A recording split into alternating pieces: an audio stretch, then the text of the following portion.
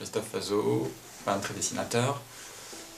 Mon parcours artistique, j'ai fait mes études à Toulouse. Au départ, j'ai fait des études pendant plusieurs années de commerce. Et ensuite, je me suis orienté après le bac sur des études d'histoire de l'art et un peu plus tard d'art appliqué. J'étais très intéressé par le graphisme et la peinture. Donc j'ai fait vraiment des études de graphisme, art appliqué, pour ensuite, et pour vocation d'être graphiste, directeur artistique en agence de communication. Ce que j'ai fait, puisque je suis parti ensuite sur Paris, travaillé pendant 3 ans. J'ai fait beaucoup de marketing direct et j'ai vite compris que c'était pas vraiment ma vocation et j'ai tout arrêté pour me consacrer à la peinture. Et maintenant, ça fait une dizaine d'années, un peu plus de 10 ans, 12 ans exactement, que je vis de ma peinture et que j'expose un petit peu partout sur Paris, en France et un petit peu à l'étranger aussi.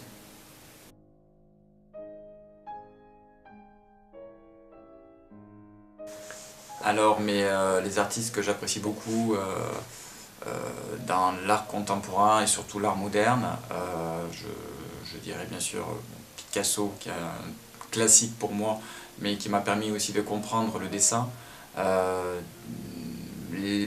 La grande qualité de ses dessins, sa capacité aussi à se renouveler sans arrêt, c'était très intéressant. C'est aussi ce qui est important dans ma démarche, de me renouveler. Toujours mon écriture, toujours mon dessin, toujours mon trait, mais à chaque fois créer quelque chose de nouveau à partir de mon savoir-faire. C'est pour ça que j'apprécie beaucoup le travail de Picasso. Après, des classiques aussi dans l'expressionnisme, est très important aussi pour moi, Bacon, bien sûr, Egon Schiele, sont aussi des artistes très importants. Je pense aussi comme ça à Rembrandt, donc on remonte un peu plus dans le temps.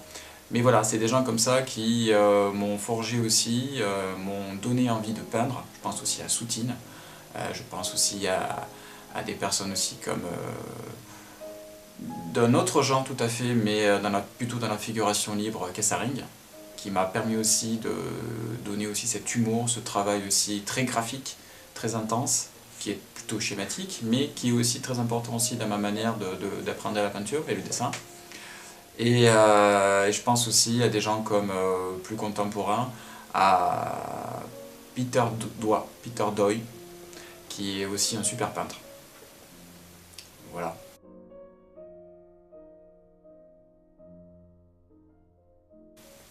Ma démarche artistique est axée vraiment sur la condition humaine, sur l'homme. Je travaille uniquement, et depuis le début, des corps, des visages. Voilà, pour moi, la société, c'est vraiment l'homme, la femme aussi. Et c'est vrai que ces personnages que je fais un peu écorchés, un peu androgynes quelquefois, ça reste des animaux quelque part. On est tous des êtres humains, bien sûr, mais on a une part animale. C'est pour ça que j'aime appeler aussi mes personnages des créatures humaines. On est un peu sauvage, on est à la fois des fauves, un peu lâchés en liberté dans cette société qu'on ne contrôle pas toujours et qu'on veut contrôler.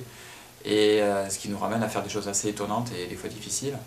Mais je parle surtout, malgré tout, même si mon trait est des fois un peu violent, un peu rageur, j'ai besoin de ça parce que la société, la vie, c'est ça, c'est de la rage. Et c'est montrer aussi la beauté des choses, faire révéler la vie, l'énergie qu'on a tous en soi, et aller à l'essentiel, aller à la simplicité aussi. C'est pour ça que mon travail est porteur de vie, d'espoir. Mais voilà, on a besoin d'être toujours dans une certaine résistance. Encore plus aujourd'hui, car il se passe plein de choses et l'actualité aussi m'intéresse. C'est pour ça que dans ma démarche, j'essaie à la fois d'être à la fois personnel, donc parler de ma vie, parler de mon existence, des gens que j'aime autour de moi, donc d'une manière beaucoup plus personnelle. Mais ça ne se ressent pas forcément toujours dans mon travail, puisqu'en fait, j'essaie de le proposer à tout le monde. Donc tout le monde peut se retrouver dans ce quotidien. Et en même temps, je parle aussi de l'actualité du moment, des événements du moment. Donc j'ai fait beaucoup dans mon travail récent de peinture sur les migrants, sur aussi les attentats, notamment en France, mais d'une manière un peu détournée. Sans montrer la cruauté des choses, mais en montrant aussi l'espoir, ma volonté que les choses aillent mieux, et aussi montrer une certaine solidité par rapport aux attentats, la solidité de la France par exemple, et du monde aussi, mais aussi parler de la richesse qu'on a tous, et qu'on doit justement arriver à développer ensemble.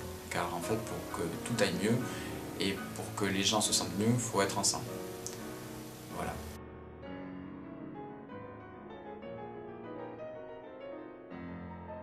Pour Arétique, je pense proposer des choses assez variées. Des papiers, moi je travaille beaucoup sur papier et sur toile. C'est vraiment à chaque fois deux supports essentiels pour mon travail. La toile pour ce côté très matéré et cette résistance, c'est vraiment toujours en combat. Et le papier pour quelque chose de plus, on va dire, plus fini, plus appliqué. Et c'est vrai que j'adore travailler sur le papier avec pareil un grain très particulier, une finesse aussi et une texture qui est vraiment essentielle aussi pour ma manière de développer le dessin. Je travaille les deux de manière assez énergique, très spontanée.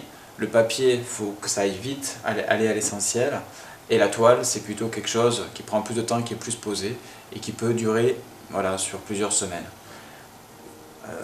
Donc comme je le disais, pour Arétique, j'aimerais bien proposer des choses à la fois très graphiques et aussi assez plastiques. Donc proposer des choses de mon dernier travail, donc des choses beaucoup plus axées sur le papier, soit des papiers marouflés, soit des papiers libres, et aussi proposer des choses plus anciennes, donc des toiles, et notamment des choses plus expressionnistes, qui sont plus fortes, un peu plus dures peut-être, mais c'est bien, je pense aussi que le public voit des choses différentes du même artiste, et pas se contenter forcément de la nouveauté des dernières œuvres. Montrer des choses plus anciennes pour comprendre un peu le cheminement et la démarche. On parlait tout à l'heure de démarche. Parler justement, montrer cette démarche artistique, pourquoi les choses se sont faites comme ça. Ça ne vient pas tout seul. Il y a une cohérence et mon travail est vraiment cohérent par rapport à ma volonté d'avancer.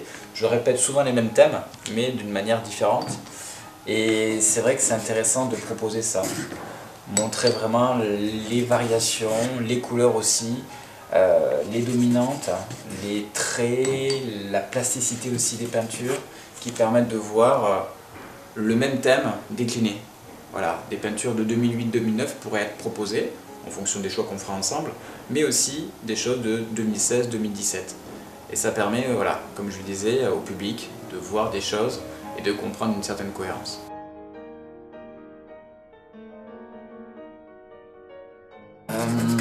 Je travaille beaucoup avec une certaine spontanéité, toujours dans l'émotion. Donc c'est vrai que quand on parle de tristesse et de joie, les deux se mélangent et les deux sont pour moi essentiels. Par contre, je ne peux pas travailler quand je suis totalement déprimé, quand je suis voilà, pas bien, quand j'ai des choses qui me tracassent. En général, je ne peux rien faire. Je ne peux travailler que dans une bonne ambiance et dans une harmonie globale. C'est vraiment mon équilibre. Par contre, j'arrive à faire ressortir cette rageur, cette peut-être détresse que j'ai dans mes sujets, dans mes thèmes, dans le dessin. Et ça, il faut que ça soit vraiment spontané, mais pour ça, il faut que je sois vraiment en pleine condition. Donc j'essaie d'être en forme et de bonne humeur tout au long de l'année, et je suis plutôt quand même quelqu'un de positif et d'optimiste, mais c'est vrai que je suis plutôt quand même d'un genre à aimer la vie, à aller loin et à essayer de toujours voir les bons côtés des choses. Donc ce qui me rend joyeux, c'est vrai que c'est plutôt voir les gens, discuter avec eux, voir de belles choses, écouter de belles choses. Je travaille toujours en musique, ça me permet aussi d'être bien, de rentrer dans mon cocon, dans ma bulle. Et toujours une musique très vive, très énergique, même si j'ai besoin des fois de concentration, là ça sera plutôt quelque chose qui sera plutôt une ambiance, on va dire, une atmosphère. Une musique d'atmosphère, d'ambiance. Mais ce qui me rend triste, c'est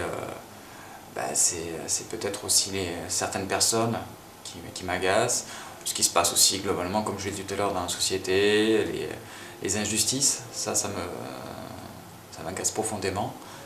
Mais malgré tout, voilà, je reste dans cette idée que les choses peuvent aller mieux, il faut continuer, il faut toujours se battre pour résister et pour avancer.